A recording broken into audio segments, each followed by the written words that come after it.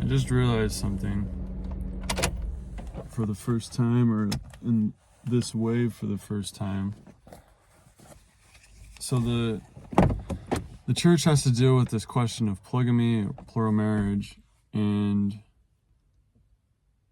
I don't think if you don't believe in the relationships of this life carrying on to the next life, I don't think you have to answer that question in the same way. Like,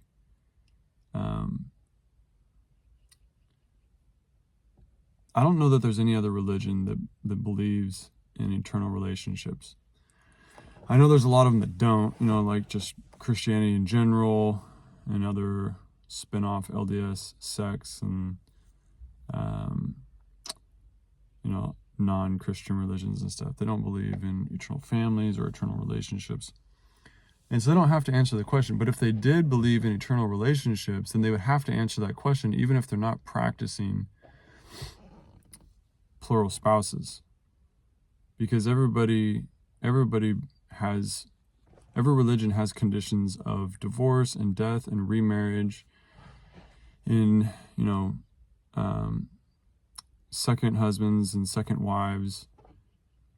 And the only reason they don't have to speak to plural marriage is because they don't believe that those relationships are eternal. Otherwise, everybody would have to speak to plural marriage. The question would have been answered a long time ago.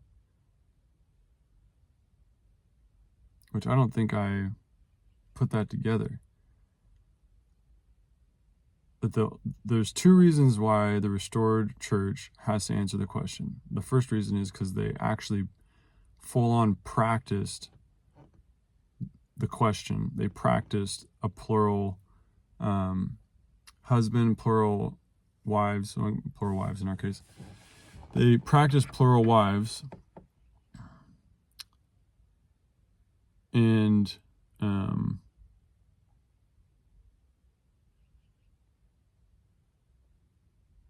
the second reason they have to answer the question is because they believe in eternal families. And the concept of eternal families did not start in like 1830. That was developed, later. Which is why a lot of restored Christian faiths don't believe in eternal families, is because it wasn't necessarily a concept of early restoration. It came later.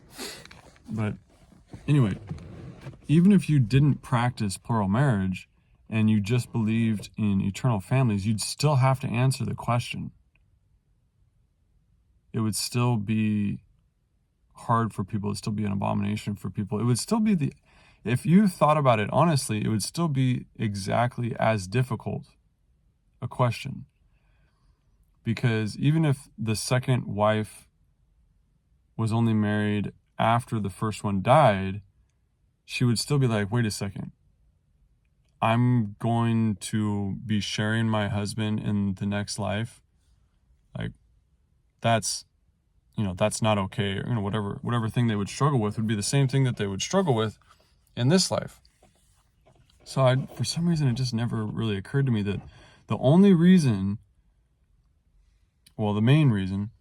main reason why my other faiths that do not practice plural marriage or polygamy, the main reason they can get mad at us and say that it's an abomination is because they don't believe in eternal families. Because if they believed in eternal relationships, they would be answering the same question.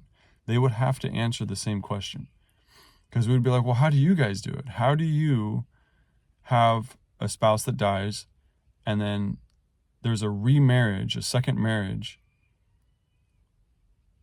Who gets the relationship in the next life? And they'd have to be like, well, they both do. They both share. The first one does. The second one doesn't count. They'd have to answer the question, and it would be the polygamy question that they would be trying to answer. I'm like, that's so, for some reason, it never occurred to me like that. Like, it's so mind-blowing to think that the only reason these other faiths have a get-out-of-jail-free card on the question is because they refuse to believe that our relationships of this life mean anything in the next life. It's such a lame cop-out. And that's probably the main reason why they can't say that, because it's just too complicated. If you go up to the preacher and you're like, I really want to be with my wife in the next life, like I really love her, is there any way to make that possible? He's basically required to say no. Not because the gospel doesn't support it, because the gospel supports eternal families easily.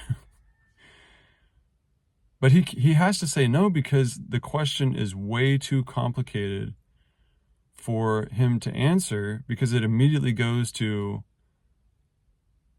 first and second spouses. And any preacher of any faith that's not a restoration faith is going to be ill-equipped to deal with that question. How do I make these relationships of this life last through the eternities? And if there's a second marriage, is that disrupted? It's amazing to me. That should be the only answer to that question from here on out. When people are like, we were like, wasn't like polygamy hard or plural marriage a tough question? Like, how do you guys, like, it's so evil. It's on its face. It's so evil. No, I'm sorry. You know what's so evil is that people are so scared of that question that they can't bring themselves to believe that God wants us to be with our loved one after this life. They're so scared of that question